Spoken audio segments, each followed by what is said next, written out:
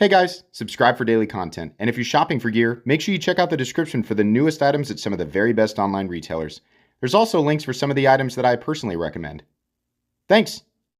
What's going on YouTube? Metal Complex here, and today I've got a pretty interesting and exciting knife unboxing to share with you guys. Just an unboxing and first impressions, not a review. This is a company that I don't know anything about. They actually have quite a bit of presence on at least Instagram. I think I saw 57,000 followers or so. So I don't know if I've been living under a rock and you guys know about them. I didn't. But I'm happy that they reached out because this knife looked really interesting. I think this is in Kickstarter. I will put the appropriate links down in the description so that you guys can go and check this out for yourselves. It does help my channel when you use those links, but it's entirely up to you. Thanks to Tactical Geek for sending this in. Thanks to my patrons for supporting me. They have claimed, because I immediately asked, this is the same question that I ask anybody who's reaching out. I say, who is your OEM?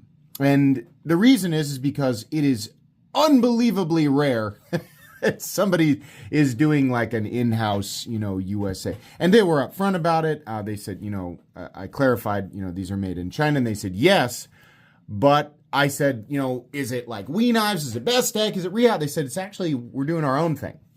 So they're their own entity, or at least that's what they're claiming there, which is interesting. You don't see that. Usually it's one of the, I call them the big five. And then there's one that's kind of like a mystery that's probably a lot of the other ones. But anyways, so that's what they're claiming here. And they're also claiming 60 to 62 HRC on their M390, which is pretty cool. These are the details that I have. I don't have any additional details because I like to go in pretty blind.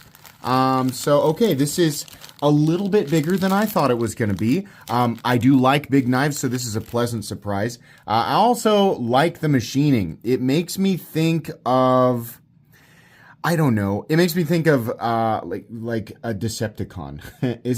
Wasn't that the name of that one knife? The Decepticon actually looked very mechanical and futuristic. So we have their logo here on the pivot. We have some really interesting machining here.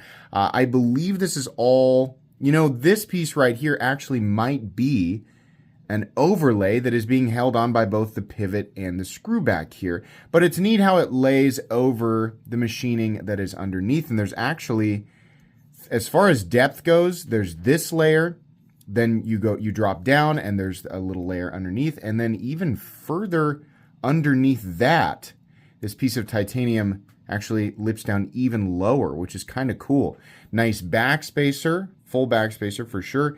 And then we have a nice 3D machined pocket clip. Nice lanyard hole back there. Let's go ahead and flip it. Okay, really nice action. That's usually, nowadays in 2026, I think a lot of these, wherever, whoever is doing the machine work, a lot of these OEM facilities are using extremely high-end equipment, and I think they've all kind of started to figure out what machines to use, what processes to use, things like that. And they've had decades to understand what consumers like, how a detent should feel, how a finish on titanium or steel should look, and what is preferential. So a lot of this stuff ends up feeling very, very similar. Subtly different, and it's really starting to blend together. But this is up there in, that higher tier of what I expect, from a high-end premium product. We've got a blade that definitely does match the personality of the handle here. Look at this. Very cool here in the fuller or whatever you want to call that. That's actually it looks like a heavily, like an orange peel textured steel right there, just in that spot. So the VX2 is actually the name of this. The variable X2, I think, is what they actually call it. Sorry, I'm going to zoom back out, and we're shaking all over the place. But this is M390, and like I said, we haven't had this tested yet. Maybe eventually, Taylor will get his hands on this, or something else from their company. Or if you guys want to, reach out to Taylor, because it looks really good on his website when you have a confirmed HRC in his data. But they claim 60 to 62, so that's pretty cool. I have no idea what these cost. that's part of, you know, something that I do intentionally when I do unboxings, because if I get, you know, an idea of the price tag beforehand, then sometimes I prejudge or overjudge or don't judge enough, you know, and then we do, you know, the final judgment in the final review here. But titanium's a little bit extra machining. Blade profile doesn't look super complicated, assuming, you know, it is M390 and it's actually heat treated properly. This is a knife that, you know, off the top of my head, and by the way, let me just do this here real quick. There is so like right here, the detent ball is up on the face of the blade. Right here is where the ball starts to, you know, hit that ledge. And here is where it's up on the face of the blade. So there is no double clutch. It's close, but there is no double clutch. We also have perfect centering, which is nice. We have no detent lash. We have solid lockup. No lock stick. No pivot lash either. So yeah.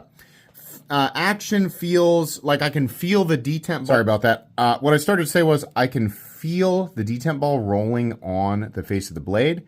That's not so much of a problem as like feeling bumps or like indentions or anything like that with the bearings. And so it is consistent, but I can feel it and I can also hear it. Not bad, but kind of what I expect to see and feel and hear on a knife that ends up being right around $250, $275. And that's kind of what I'm thinking here, since this is all one entity, presumably, you know, based on what they said, making this product. The edge looks nice and consistent. The bevels on both sides are even. No nicks or rolls or anything like that. Factory sharpening feels all right. It's kind of a thick geometry tanto. Just cut a piece of paper with it, which doesn't really prove anything because you can resharpen or reprofile anything you want, and it'll also, you know, perform differently depending on what it is that you're cutting. Yeah, it feels good. You can see there at the edges, I mean, it's not getting hung up anywhere. The edges are lifting slightly, which is just typical of a thicker geometry blade, but everything feels good here. It is a simple titanium frame lock, and we do have a steel lock bar insert, so that's nice. It looks pretty good. That is essentially my initial assessment of it. I'm not, sometimes I'll get products that come in and they seem interesting at first, and then there's some huge red flags. And I'll tell you guys, I've mentioned this before. This is not a secret. It just might be new information for some of you. There's a lot that you guys don't see.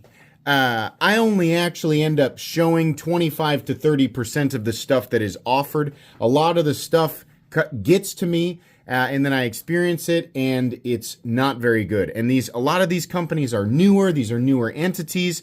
And instead of putting their first product out there and going, wow, this is absolutely terrible, avoid this, what I end up doing is saying, you guys need to go back to the drawing board. This is not something that you should release in a 2026 market.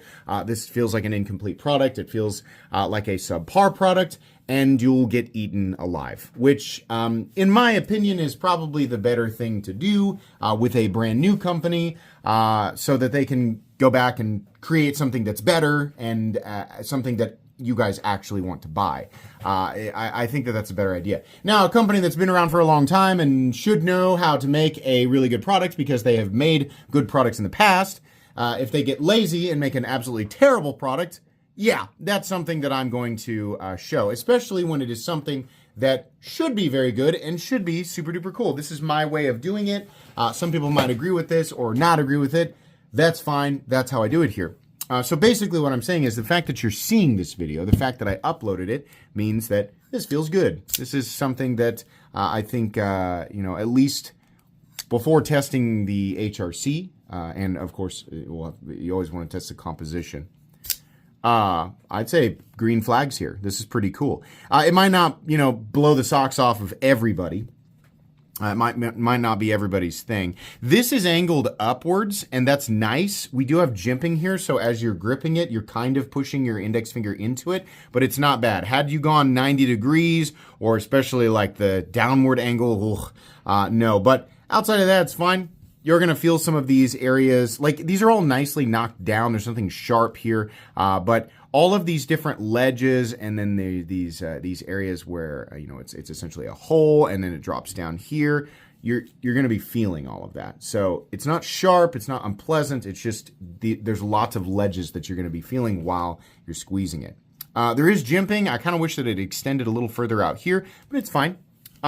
Anyways, let's go ahead and measure this knife. Overall length coming in at 8 inches, blade length about 3.35, cutting edge about 3 1/4. I do appreciate that we're using all large fasteners. This actually looks like it might be a T10. Let's check that real quick. Maybe not. It might just be the size of the head around it. We'll try the T8 first. Yeah, I think I'm just goofy. Put a T10 in there. Let's check. Ooh, boy, that does want to fit. Hold on. I want to make sure I'm not just catching the upper outer edge. That is a big screw. Hold on here. We're going up to a T15. Visually, it can really mess with you. It actually does feel like a T10. Like that's the one I have here that fits the best. So this rear screw, which obviously goes into the, there's a Chicago end for the pocket clip. That's a T10, and then this pivot, is the pivot also a T10? Ooh, it is. So I'm just double dummy today. 2 T10 screws, pretty cool. Yeah, this is neat. Not doing anything different for the lock, certainly not doing anything different for materials, but it does have a more unique look that's going to appeal to some people. This is nice as long as they don't go out of control with the price tag, which admittedly I do not know yet. But to me, $250, $275, that's typically, the price that I would expect for something like this based on literally everything else that I've handled a lot of stuff at this, thousands of knives at this tier. So that's kind of what I'm thinking there. But this is pretty cool. I also like the pouch that it comes with. It's kind of neat. It's got a little carabiner on there. Got a little extra pocket back here.